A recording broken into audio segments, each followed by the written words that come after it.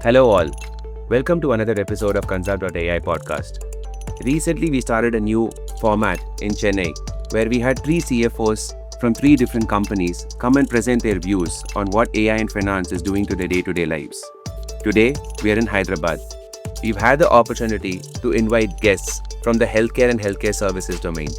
We've had Mr. MBN from Dr. Reddy's Pharma. We've had Mr. Narasimha Raju, who's the CFO of Yashoda Hospitals, and we have Prashant Goenka, who's the CFO of NephroPlus, a dialysis chain. All 3 are fairly large healthcare service providers, and it's going to be interesting to hear what they have to say, especially with respect to AI and technology, not only in finance, but also in their business processes. So let's get on with the episode. I'm super curious to know how AI and technology is disrupting their existing business process, and I hope you get to learn from this as well.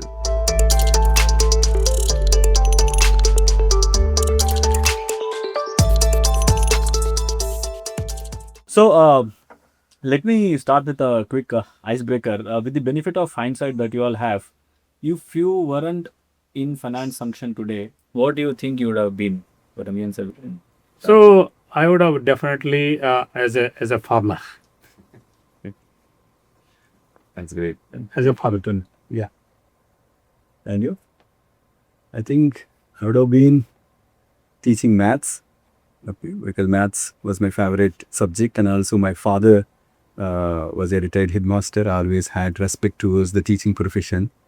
To become teacher, teaching maths, or accounts to CA final students. Either of that. I think in my case, perhaps I'll be an urban planner or somebody who is an architect, because there's something deeply satisfying about designing a new system. If you look at some of the cities like Singapore, Hong Kong, Tokyo, just the way their cities are designed, and I think a CFO's job is not very different. You're designing capital framework, decision framework, organization structures. So I think that part of the work really excites me. The CFO canvas is a little less visible than maybe a Singapore or a Tokyo, or perhaps a cricket commentator. I think the jobs are not very different. The soul of a cricket and a CFO is pretty close. You have to be quick, you have to be resilient, and you have to capitalize when there is an opportunity. Okay, good. Now that we have known a little bit of other side of you, let's start. Before we get into our discussion, I'd love each one of you to first introduce yourself and share one pivotal moment which actually shaped your journey and brought you to where you are today. A boy who born in agriculture family and a boy who studied in Telugu medium up to BCom degree. No grip on English. I'm just telling you, make my words. And then now today, same person who became global CFO for global MNC. That is my proud moment. You can title me as a farmer to CFO. That's a great, very inspiring story, actually. Inspiring story, guys. Yeah. You would want to go? Yeah, sure. Anand, first of all, thanks for having us here on your show. Myself, Narasimha Raju. I come from a small town close to Rajahmundry in AP, born and brought up there, and came to Hyderabad sometime like 25 years back to pursue my chartered accountancy, and did my CA internship with Ambassador Company in Hyderabad. So during those days, I think because of the seniors with whom I worked, and because of the listed company audits that I hand in, I developed a strong interest towards audit profession.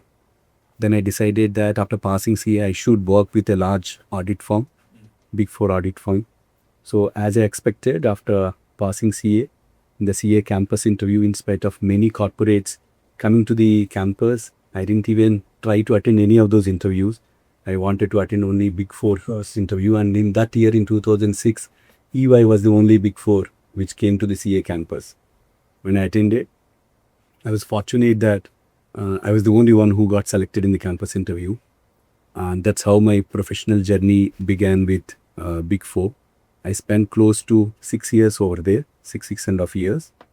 Got the opportunity to handle statutory audits of some of the large corporates in Hyderabad, be it listed, unlisted companies across different industries, pharma, construction, real estate, technology, manufacturing, etc. I think the experience at Big Four gave me that strong foundation in terms of technical skills. Okay. And also, you will learn multitasking a lot when you're working in a Big Four because you'll be handling multiple audit clients at the same time. Yeah.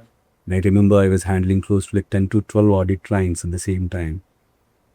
And also, you learn how to work under tight timelines. You will understand how to handle your team, how to train your team, etc. So that way, the journey at Big Four helped me a lot. Okay, so those lessons helped me for my subsequent career when I moved to corporate. Sometime in 2012, I moved to corporates.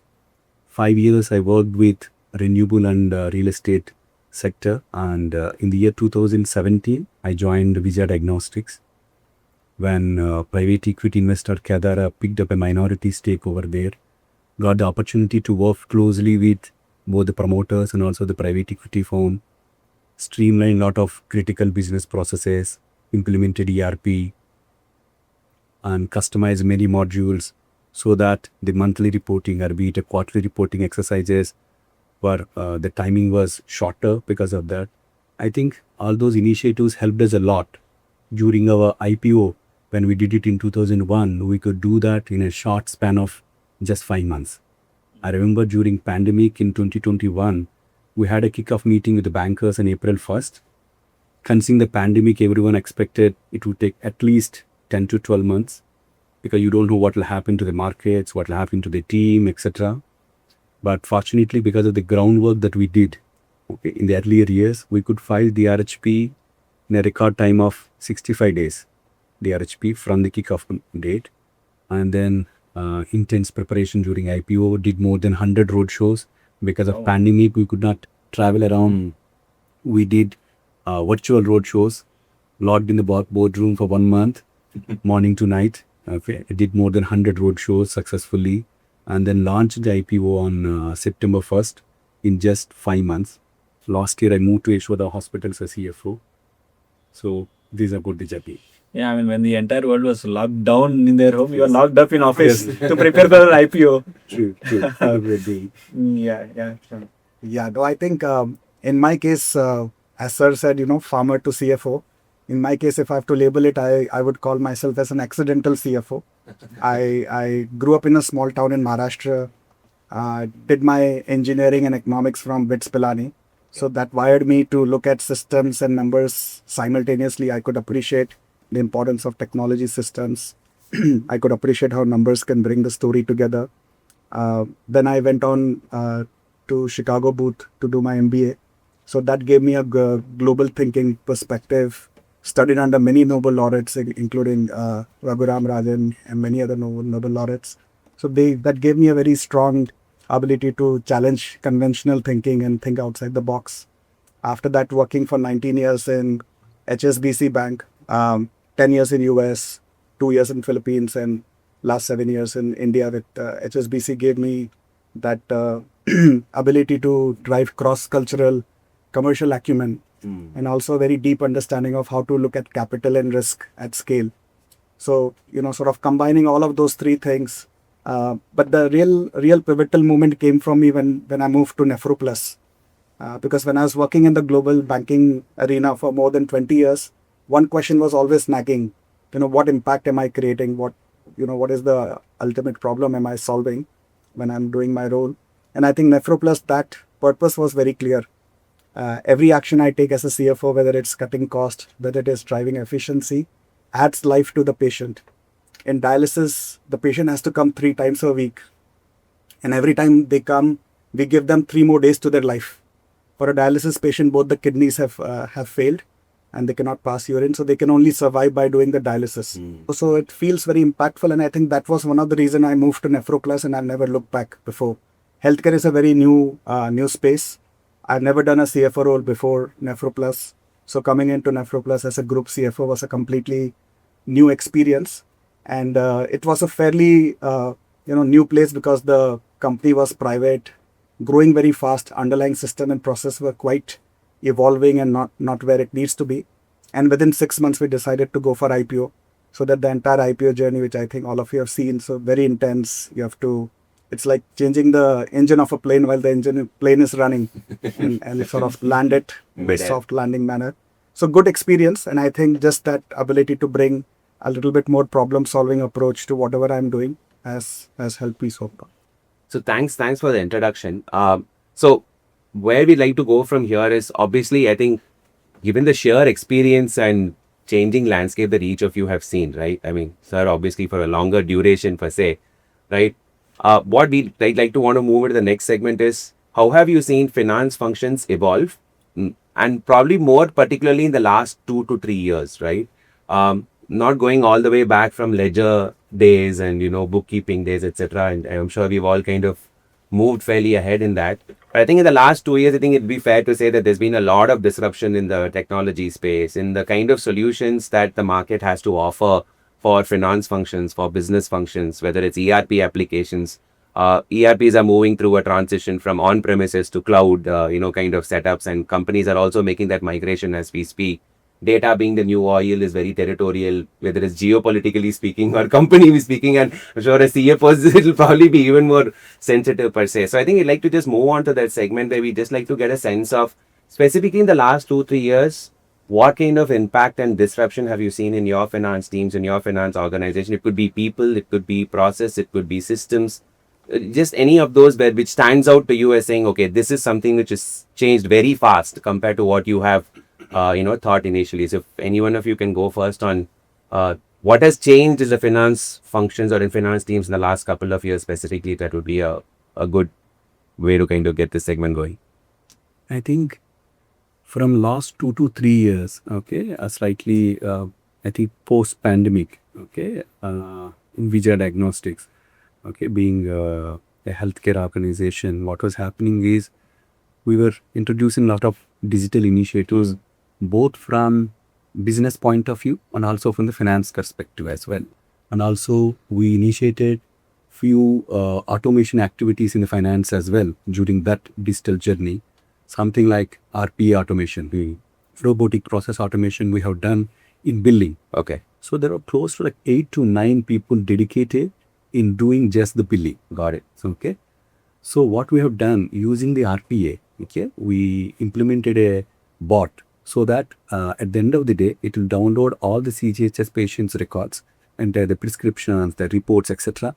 It will automatically go to the CGHS portal and then upload it. Right. So there is no issue of manual errors as well. And those 8 to 9 people were assigned another value-add activity. Got it. Instead of doing that downloading and then grunt work. Yeah. Okay. Same way, being in healthcare retail model, we're having more than 100 diagnostic centers. Everyday revenue reconciliation is must. Okay. So because different payment modes are there, okay, there is chance of a fraud, okay, both at the corporate office and also at the units. So every day the cash collection, card collection, Paytm or online payments must ensure the team should do the reconciliation and show that they're reflected properly in the bank statement or they're properly deposited in the bank, I mean, on the next day.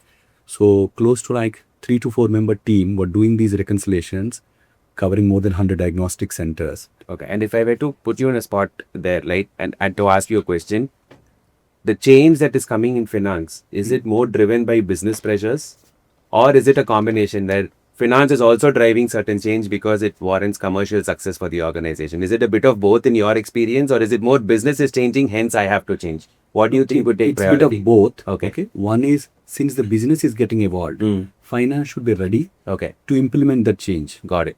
Okay. And on the other side, even the finance is also driving some of the initiatives. Yeah, I mean, you made use of the rapid technology shifts very well. But as an extension to what Kaushik has asked, we are also experiencing global uncertainties, be it tariff shifts, changing interest rates, supply chain disruptions. And what do you think is the role of, probably me and Prashant, any of both of you can answer, what is the role of CFO in understanding those macro trends impacting your organization and how to bring them into, in the strategy within your organizations? So I think I strongly believe that the CFO is the macro radar of the company. There are so many macro trends. We live in a world which is increasingly becoming uncertain, whether it is interest rate changes, whether it is exchange rate changes, whether it is supply chain disruption, Trump brings with him his own set of temperamental things that happens every day, and every single thing has a impact on the business. Yeah. It's very strongly correlated. I think the CFO or finance role is no longer just looking at the budget or last month's number, and if that is the limited role of CFO, I think the company organization has lost half the strategy. So I think, for example, in our case, if you look at the aging population and the rising disease burden of hypertension and diabetes, that's a macro trend. But for NephroPlus, that is a 10-year capital allocation thesis. How much should we invest? Which part of the world we should invest? We look at India before, but now we have expanded. India is $1 billion TAM. Globally, it's a $110 billion TAM. Right? So how do you take a macro trend and sort of size the TAM? How do you figure out what is the right strategy? What are the right levers? So I think the role of CFO is becoming more and more strategic. The role of CFO is becoming more and more proactive rather than being reactive to these changes. I think a good part of it is also sort of having a plan in place, plan A, plan B in place, as and when these things are coming, and they are coming very frequently. And I think part of it is also to communicate to the board, to the shareholders, to the wider constituency, how we are preparing for some of these things, the whole risk mitigation strategy that you need to have. So in a nutshell, I think the role of CFO needs to be very strategic, and the trends have to be watched very closely, and it has to be converted into, this is where AI comes. You can be a lot more predictive about these things and have a plan in place, have a strategy in place. So maybe I think Kaushik, I think you asked about what is the just evolved in last 2 to 3 years in the finance function. So maybe a little bit, I think Dr. Reddy's is a NYC listed company. Is always we have just our compliance governance standards are very our bar is very high. So that is what is the company experience, and then we have been investing in digital. Despite that, when we look at peers, our books closing process is becoming like because of so much of complexity, we were able to close is like a 6th or 7th day monthly. Then always I think we are debating why. Just any automation should not be for finance. It should be like for the first is business. How it can help whatever automate. Then only any automations can be successful. If it is like a finance function, it's not like a dick. So we have just, I think there was our global finance meet at somewhere Cochin or somewhere, and then this was in October 2023. Okay. Then we thought, why we cannot close the books on day one? Day one. That is like I can say there's like a very bold vision. Like just, I don't know, from the 6th or 7th day to day 1. We don't have any, clue. I'm just telling you, we don't have any clue. So, but at the same time, now given, I think, technologies and then what we are doing, we are very, at that time I was a deputy CFO, and then my CFO was like a Parag Agarwal, and plus my entire senior colleagues, and all of us collectively, we have taken, let's go for it. And trust me, and then I think that is the journey from October 2023 to, suppose, let's say somewhere March 2025. It took us, I think, more than 15-16 months. And today, suppose today as we speak, we close books on day 2. It's not even day 1. So today we close, and also we don't stop any of the transactions. All transactions happens if it is like a Business as usual. If it is a business as usual, no transaction stoppage, be it of the billing to the customers or manufacturing, R&D or any other activities as usual with all these things. And then how we are able to achieve, and clearly we went to the root cause, and then it is not like a incremental approach. Got it. How you can build the systems, and then it can stay for long, and then whatever is like a technology today, whatever you take like so much of like artificial intelligence, I think is like any conference you go without artificial intelligence, I don't know, they will never. But I'm telling you, it is like in our case, I don't know, clearly with the practical way, it is like during this 15-16 months, we were able to achieve today consistently from March 2025 to till now, we were able to successfully closing on day 2. And then in this process, we have done significant automations with many of the digital tools we implement. Today, Our accruals also in the books happens automatically. Okay. No manual. Mm. No manual. So this is how I don't know we have done, and then as part of this, also we have also created like a self-service analytics, and today it is like a suppose as a review. Got it. I always start with from my dashboards, not from PowerPoint presentations. That is the mandate. I don't know we have agreed within the finance team. No more PowerPoint presentations. Like all, let us start so that the truth remains same. Otherwise, sometimes if it is in the PowerPoint presentations, like the truth can change. Diluted. Yes, it's like it depends upon the context. I don't know your narrative will get changed. And in the today's digital world, whether whatever be the context, I think truth remains same. You cannot change the truth. Got it. Okay, so that is the experience we got, and then it's also giving I don't know to the business like the way in which I think the finance team is giving the service whatever is the SLS we have. It's like working very well. As part of this also, it's not for the pure finance purpose. We have also best in class processes also we have established. Like one is like we always see paid on time. Today, Right. as a Dr. Reddy's, if you have committed to some vendor, we have to make the payment so and so date. The payment has to go on the same date. Not even 1 day delay also is not. So that's how we measure the POT. Then, like a employee settlements, whoever is resigns, like we also don't take so much of time. So we have like this. I think many of the processes also we have revamped as part of this. And finally, also it's like at the end, I don't know, finance team also can ask like you're all looking for the company, but as a team, what we can benefit. We have also created an academy called Guru School. Oh, nice. Guru School to the finance team. There are 4 modules. One is leadership, like a masterclass series. As we always bring the external speakers. So then they talk, I think, their life experience Got it. and what they did in their life, how they've helped the organizations, so that we get like a all external perspectives. The second is like a digital. Clearly, earlier for any of the activity, we used to approach our Depex team. That is the dependency is very high. Now in the finance, we have created the Power BI experts. So today, whatever for the business dashboard is required, they themselves will create without going to the our Got IT it. teams.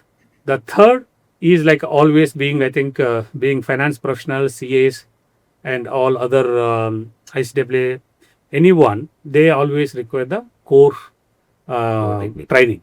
So that's where accounting standards, we have a center of excellence within Dr. Reddy's, I think in the corporate. They give every month training to the people. The fourth one, just we have introduced the module called business partnering. This is how is like we are like giving the exposures to the finance team apart from I think their day-to-day activities. Got it. So yes, technology certainly has changed the entire landscape as to how the finance team functions. So there are two extreme views of AI. One view is that the AI will make the entire finance function automated. The other view is that AI is largely there's a hype going around AI, and finance team will always remain cautious about it. Now, from your experience, what is the reality? Where are you actually seeing AI making a real difference? See, I think, like you said, there are two school of thought. One believe it's a myth, other believe it's a real thing. And I think both school of thoughts have some merit. You know, people who are enthusiastic about AI, they believe that AI will transform the finance function, and I think that's correct. But they underestimate the structural changes that are needed. They underestimate the cultural shift that is needed, the mindset shift that is needed to make it real in an organization. If you look at the skeptics, I think they are valid about the noise that they have about this AI, but they also underestimate the fact that the world has already changed and they have to adapt to it. I think the reality is not that AI will replace the finance function, but the finance function that uses AI will be replaced with the finance function that doesn't use AI. So it's very important to adapt this AI and use it in your day-to-day life. And I think it's very important that you celebrate any early wins. You find the early adopters who are using AI within your organization. You create very loud noise about the celebration of these things. It's very important that it does not come down as a top-down mandate, because the technology is not what is going to drive the change. It's the mindset shift. It's the adoption of that thing. It has to become a movement where people believe in the power of AI. They can see small wins. So I think to to the point you mentioned about the training academies, the master classes, equip the broader audience in terms of how to use AI responsibly. And equally important is also know when not to use AI, because you need the ethical side of it, you need the guardrail part of it, because finance function, we carry a lot of regulatory, there are a lot of rules that governs our organization. So we just have to be very responsible user of AI. But AI is here to stay. I think it's just important that we adopt and we do the necessary cultural change in our organization to drive that adoption. Maybe I just want to add, Anand. AI is like a way of life, and there's no myth, my view. Like in pharma company, any other organization, the way in which is AI is evolving. We have to go according to the wind, and then how you can deploy these tools into the, be it in finance, in other functions, whoever does.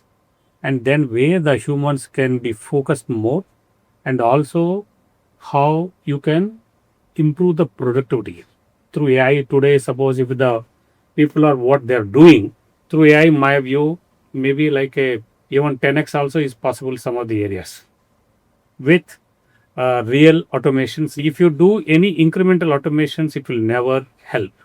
We have to do a right automation. It should stay, at least my view, whatever you do, it should stay for long, and then you really see the productivity impact in any function. Correct.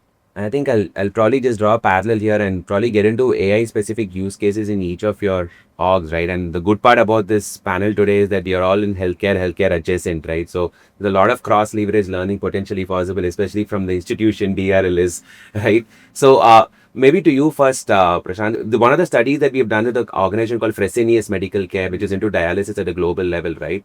So in the last year, they came up with a press release saying that they're moving into a data lake kind of a solution, largely to start capturing metrics surrounding patients and start using predictive AI to see when would their next dialysis be required, depending on the metric of the previous dialysis itself, because that has a very dependent kind of a relationship itself. And you see organizations slowly moving to start bringing curated data, because I guess using AI on this unstructured data is not really going to give deterministic results for you to act upon from business perspective. So that seems some of the early adopters are probably going down that path. In your opinion, how do you see AI impacting your business today? And how would you prioritize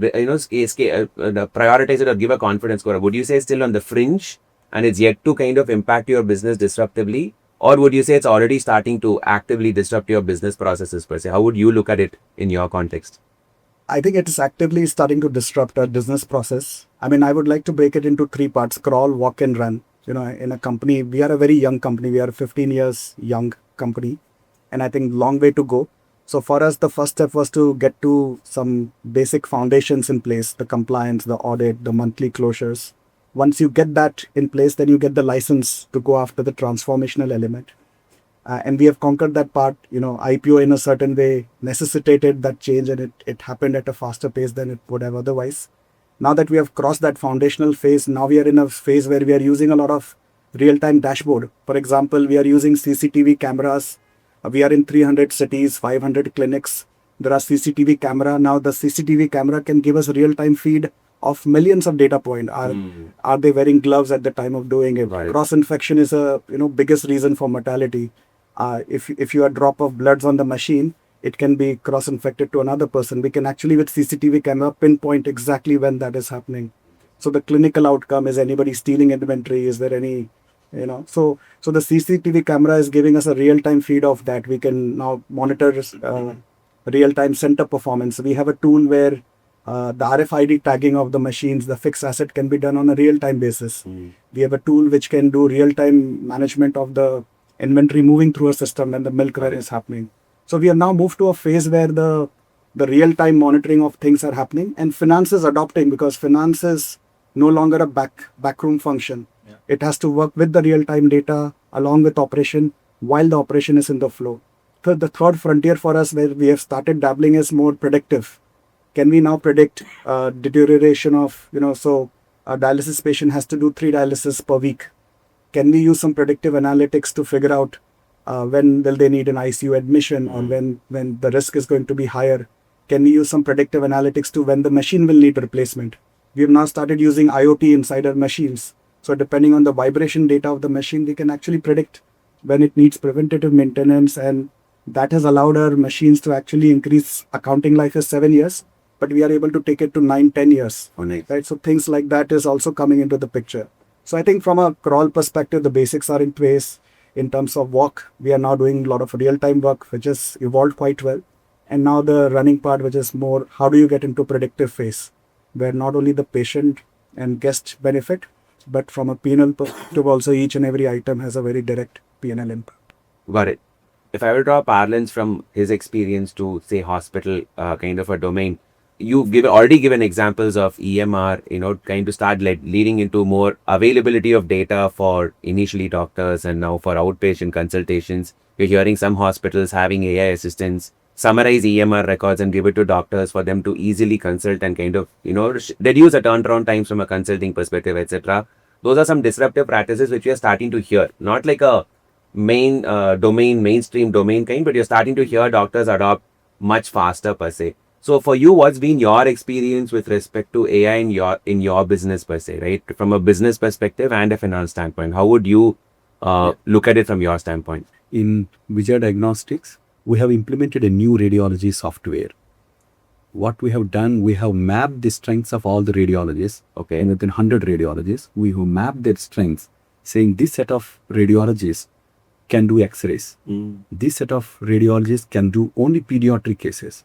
This set of radiologists can do only MRI, either MRI brain and spine or MRI some other body parts, or a CT angio, very specialized scan. Okay, these doctors can do CT angio cases.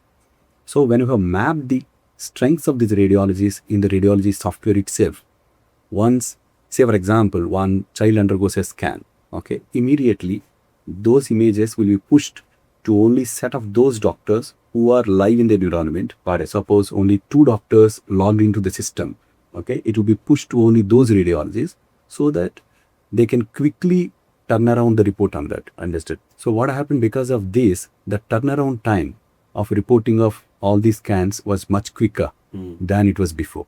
That is one. And second, the service provider also introduced a AI for the chest X-ray in those days. Now the AI has come for all body parts of the X-ray. Okay, so radiologists felt that because of the AI, radiologists will survive or not. But the answer is no. Okay, because it's only helping the radiologists to quickly report those scans.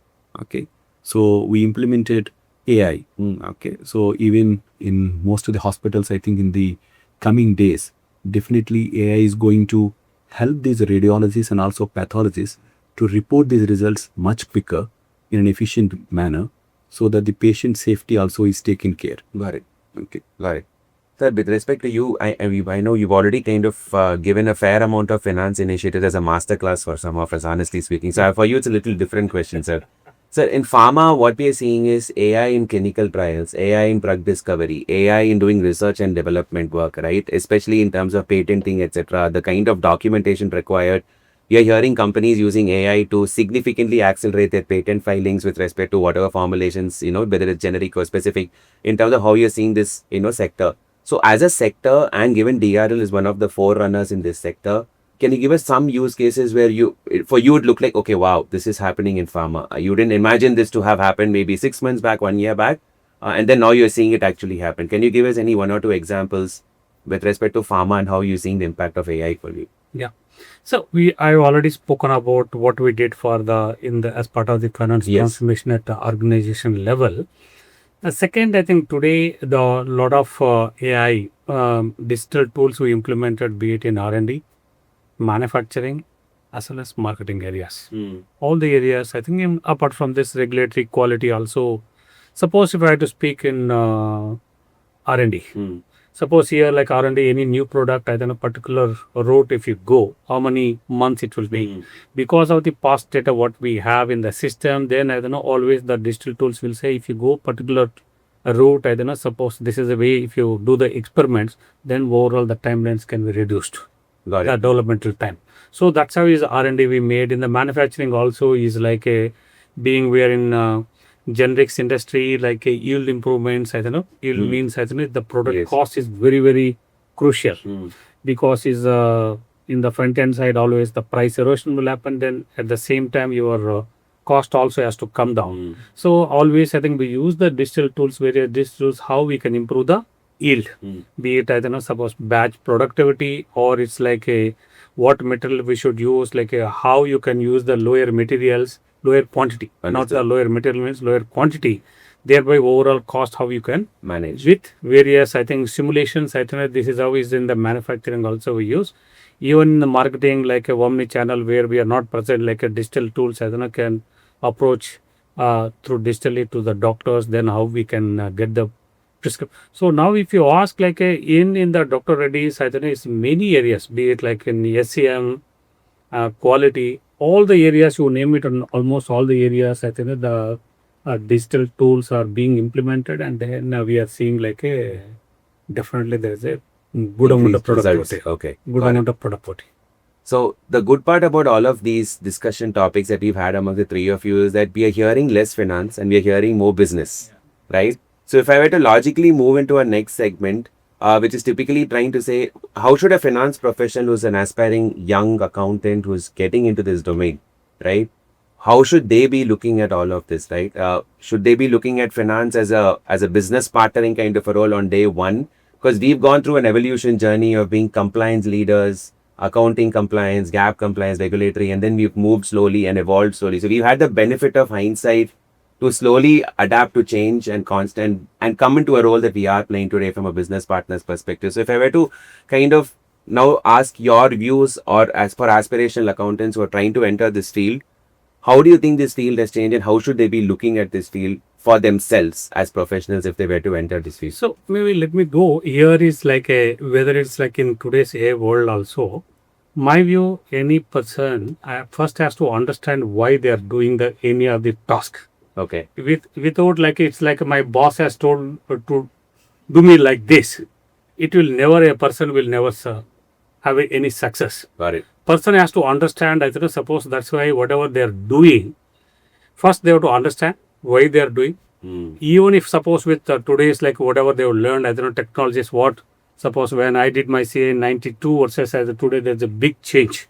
So definitely today's, I think, young generation, they will have a lot of like a knowledge on the digital side as part of their studies. And when they come to the suppose is like a profession, then they should think why they are doing, why this has to be done like this, why this cannot be done in differently. Thereby, they have to apply what they've learned. Is not like what the seniors has told. If they start doing, will never, I think, they will never succeed in their career. Got it. It's the first they have to question, and then once they start automation, I think if they are thinking in the whatever digital tools company is having, if they start thinking to apply in the routine regular task, where they can always bring much productivity to the table, and then at the end, I think they will have a lot of pride, I think, what they've contributed to the organization. Got it. Prashant, so if I were to ask you the question slightly differently, what skills you think will make them irreplaceable in the market going forward, right? I mean, every model release that happens, there is some transformative capabilities that it brings, say, from the previous month to the current month, and that's been the trend for the last 6 months or so, right? When I hear a lot of youngsters talk in our organization, the typical thing I hear is, Kaushik, if Claude does this, what is my role in this? If GPT does this, what is my role in this? Now you have memos getting drafted in GPT or in Claude as better than sometimes even a Big Four opinion, honestly, if you ask me, right? So seeing all this, putting all this in perspective, Prashant, according to you, what are the skills that you think a finance professional will be irreplaceable in the market going forward? Yeah. No, I think it's very, very important. So, I'm not a CA, so I bring a slightly different perspective to the whole discussion. When I came into this role, I was struck by the, sort of in awe with the technical skills that these kids have. They are very strong in their domain, but sometimes that becomes their weakness. They end up going too deep in their technical expertise without understanding the organization. So I think some of the things which I feel they need to get onto that side of the curve much faster is, one is, we call it DQ, like the Dhanda quotient. You need to spend some time understanding the business, understand what drives the business, what are the profit drivers, what are the growth drivers, what are the risk, what are the, opportunities. So they need to get that part very clearly. Second, they need to become more and more structured in their thinking. I think oftentimes I see, young kids jumping into more solution mode or sort of doing the work without asking the why behind it. It's very important to frame the problem in a very clear manner, be having that ability to use data to drive hypothesis-based thinking, find a solution, then actually drive value to the organization with that. I think communication is another extremely important part of it. And by communication, I don't mean a particular language, right? They don't have to be good in English or a particular language, but it's just being able to communicate clearly to non-finance people what the story is being told through the data. So they have to have that ability to tell a narrative, because otherwise data is noise without a narrative. It's just, a lot of non-value added output. So some of these things they have to package in a way. Also, they have to build this whole relationship mindset. You have to build trust with the wider organization, with the operations, with the supply chain management, with the business development team. They have to partner with them. They have to become a true partner. They cannot remain in their silos and expect value to be created. So I think those are some of the skills that they have to rise above. The technical skills, I have no doubt. I think the grilling nature of the curriculum, by the time they come to the work, I think that part is taken care of. Understood. I think they have to put a disproportionate amount of effort and intentional bias in learning those skills. Got it. Raju, so I give you a very personal, curative, curious question I had from my side, because your journey has been slightly different compared to the other two. You started with audit, right, with Big Fours, and then moved into an operator kind of a role. And, now we're more in the active hotspot, rather than having the benefit of consulting and hindsight. So from a today's professional perspective, given that you had a good mix of consulting stroke audit kind of a role, and then now you're, a very active part of business per se, what are the kind of opportunities that you see for finance professionals today, and what would you tend towards in the benefit of hindsight? Would you still say professionals go to consulting, learn, and then come to industry, or how would you guide them if you were presented this question? Definitely, the strengthening the technical skills, for a finance professional is important. So in that way, if someone wants to start a career with the Big Four, I won't say no. Okay. For few years, that technical skills grilling is required for a chartered accountant. Initially, at least for 2 years or 3 years, they should have that strong technical skills. Why? Because even if you want to use AI, for a taxation query, you will type the taxation query, it will give a solution. But as a chartered accountant, you should have the basic technical skills, whether to take a decision based on the solution given by an AI. Got it. So you need to have that strong technical skills, as your core strength. Apart from that, in the current business environment, you need to be a real business enabler from the finance function. Say, for example, you are driving in an M&A. Finance professional plays a very critical role. In fact, in my old organization, when I evaluated multiple M&A, the kind of inputs the finance team has given, right from the kind of term sheet in the time of the deal closure, the kind of inputs a finance professional gives when you're entering into a shareholders agreement, while doing an M&A, or when you want to negotiate some of the commercial terms with the other party, along with the lawyers, etc. So these are the skills which I think AI cannot replace. A finance professional has to build these skills, for the next generation, and also the skills like post IPO. CFO has to play an important role in investor relationship activity. That goes without saying. So those are the skills which a chartered accountant should develop, apart from your traditional technical skills. And better communication skills. Be a strategic thinker. If company wants to take a decision, as a finance professional, you need to give your inputs. True. Whether the decision that you're taking is in the best interest of all the stakeholders. Or the decision relating to a capital allocation, is it right in the interest of the shareholders or not? So some of these key decisions can't be influenced by AI. Only finance professionals can take these judgments. So that way, in nutshell, a chartered accountant should have core technical skills, plus these additional skills. Got it. Okay. In the last couple of years, I feel any disruption in technology has allowed us as professionals to amplify our outcomes. we can amplify our impact on any business process using these tools that we have in the market. And record to report is one space which we picked up, from a process automation standpoint for helping our customers streamline the close process. Obviously, DL is already ahead of the curve, right? But to streamline the close process. Yeah. Right. So I think what we are trying to do, what we've realized is accountants by default are people who have an eye for the detail in terms of data, in terms of commercial aspects. So if you pick an invoice from a vendor, an accountant typically figures out what is right or what is wrong in that invoice. So that eye for detail combined with the skills that they bring from an AI perspective or tools perspective, and the ability for accountants to understand business processes, just the fact that the three leaders here, the way they've understood their businesses, right, just that sheer facet that they bring. So I think accountants have a beautiful opportunity to combine business understanding, eye for the detail, equip themselves with AI and tools to amplify the outcomes that they can deliver to their organizations.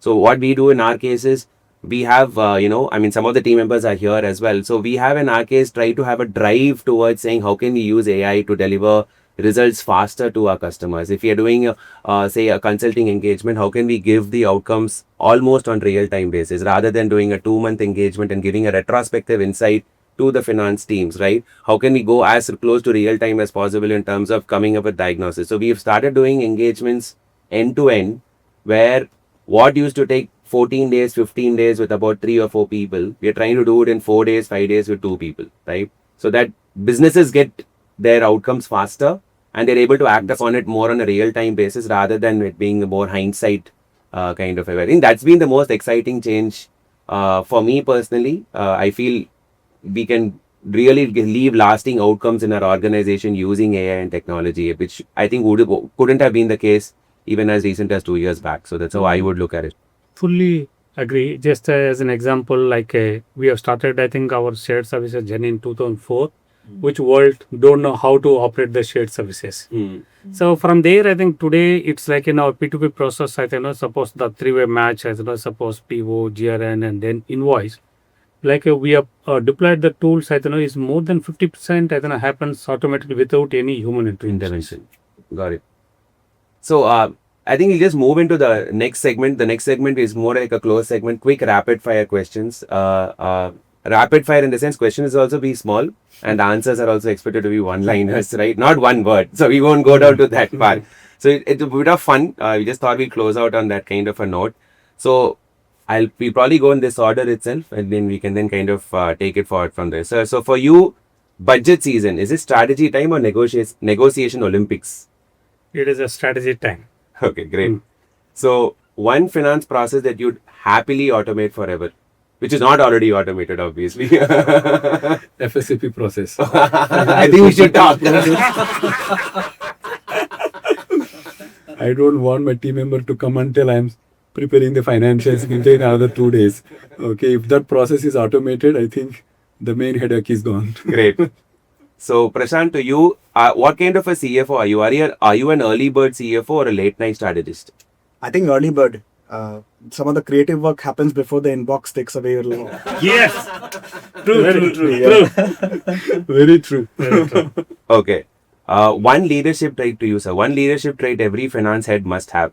How to spot the opportunities and then how they can execute. Okay. To you, sir, how hospital finance, is it complexity or creativity? How do you see it? I think it is complex. Okay. So, Prashant, to you, one metric you secretly check every day.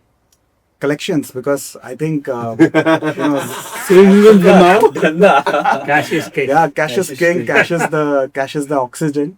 They say the revenue is the vanity. The profit is the sanity, and the cash is the reality. So without collections, Even for me, Kaushik.